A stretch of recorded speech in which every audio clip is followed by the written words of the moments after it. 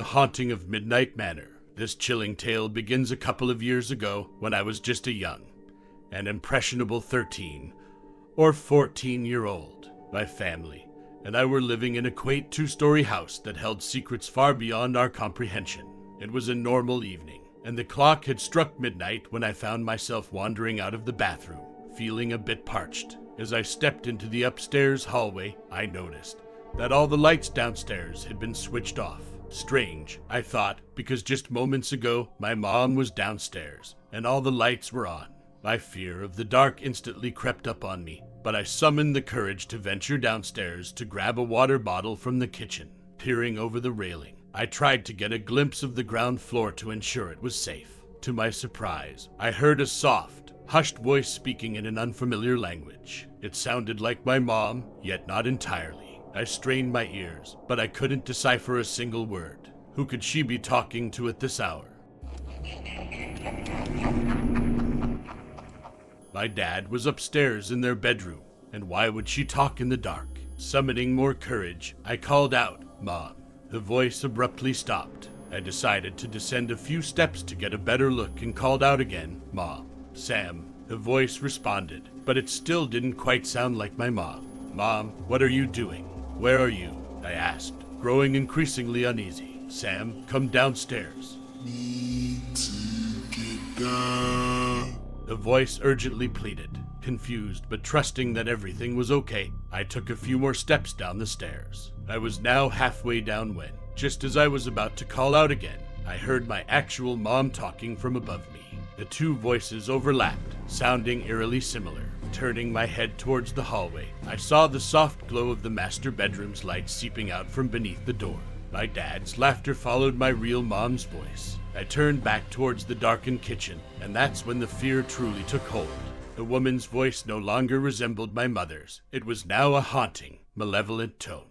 Goosebumps prickled my skin as I raced back upstairs to the safety of my room, my heart pounding loudly in my ears.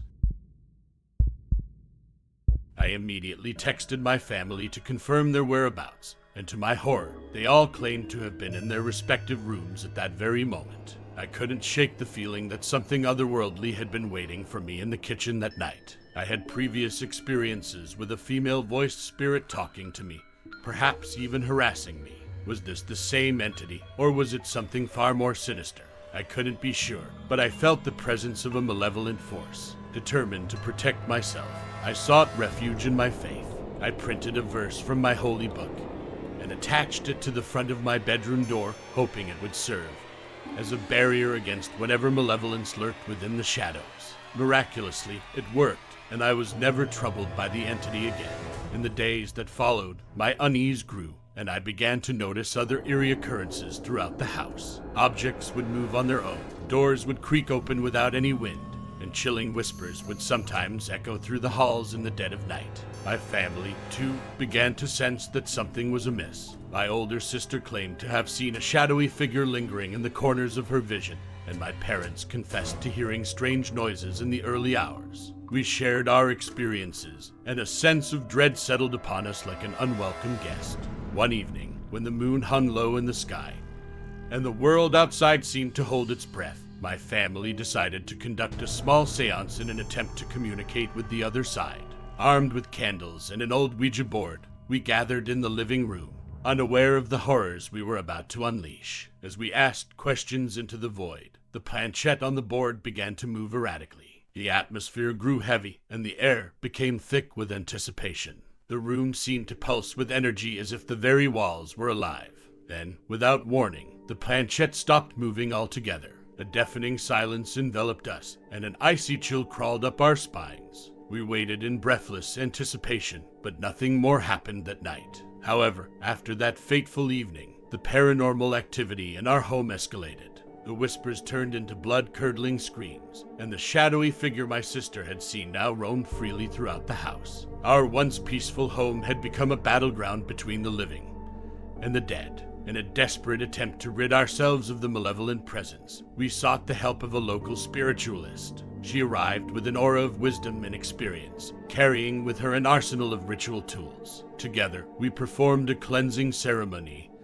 that spanned the entire house. We lit sage, chanted incantations, and prayed fervently for protection. The battle was intense, and it felt as though we were fighting an unseen force determined to hold its grip on our home.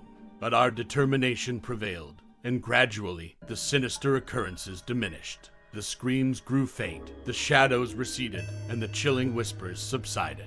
The spiritualist assured us that we had successfully banished the malevolent entity, sending it back to the darkness from whence it came. With the passage of time, the memory of those harrowing events began to fade, replaced by a newfound appreciation for the peace and serenity that now permeated our home. We had emerged from the haunting stronger and more resilient, bound together by an unbreakable bond forged in the fires of terror.